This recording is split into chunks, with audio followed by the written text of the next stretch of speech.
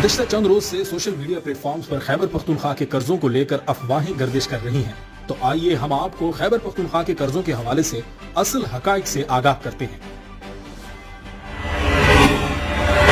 31 दिसंबर 2021 तक खैबर पख्तूनख्वा की तकसीम शुदा और बकाया कर्ज 331.778 बिलियन रुपए है और ये कतन 887 बिलियन रुपए नहीं है।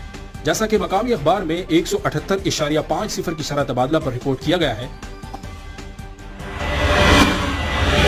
887 अरब रुपए के आदाद शुमार का जो हवाला दिया गया है कि आज के शरह तबादला पर कर्ज बनता है, इसमें नाकाबिल तकसीम कर्जों के तखमीने भी शामिल हैं। इसके बावजूद कर्ज के शुमारियाती बुलेटिन में 556.66 बिलियन रुपए की रकम को गैर अदाशुदा रकम के तौर पर दिखाया गया है। जो कर्जे लिए गए हैं वो तरक्याती मंसूबों और प्रोग्रामों के लिए तवील मुद्दती रियायती कर्जे हैं, जिसमें सूद की शरह 0.75% से 2% सालाना है। इन कर्जों की मुद्दत 5 से 10 साल की रियायती मुद्दत के साथ 20 से 25 साल के दरमियान है।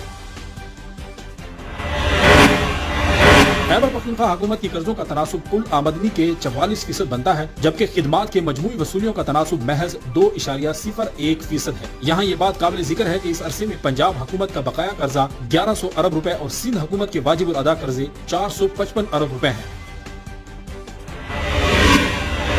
मुख्तसरन हर कर्ज की तफसीलात दी गई हैं और कर्ज के शुमारियाती बुलेटिन में इसकी अक्कासी की गई है। कुछ भी पोशीदा नहीं है और तमाम कर्ज तवील मुद्दती है, बैनुल अक़वामी मालियाती इदारों के साथ और मकामी मालियाती इदारों से कर्ज लेने के मुकाबले में सस्ता है।